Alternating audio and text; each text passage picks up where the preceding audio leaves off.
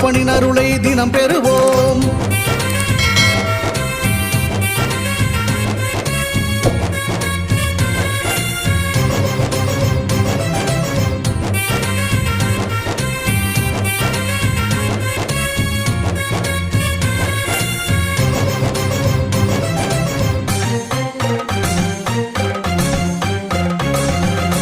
அல்லும் பகலும் அலைந்தேன், விதி அழைத்திடும் பாதையில் பயணம் தினம் செய்தேன்.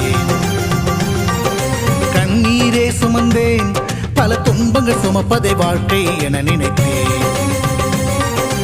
இன்பம் என்றால் அது என்னவென்று கனவிலும் கூட கண்டதில்லை. எரிமலை பிழம்பில் நீந்துவதே பிறவி பயன் என நான் இருந்தேன். கருப்பசாமியை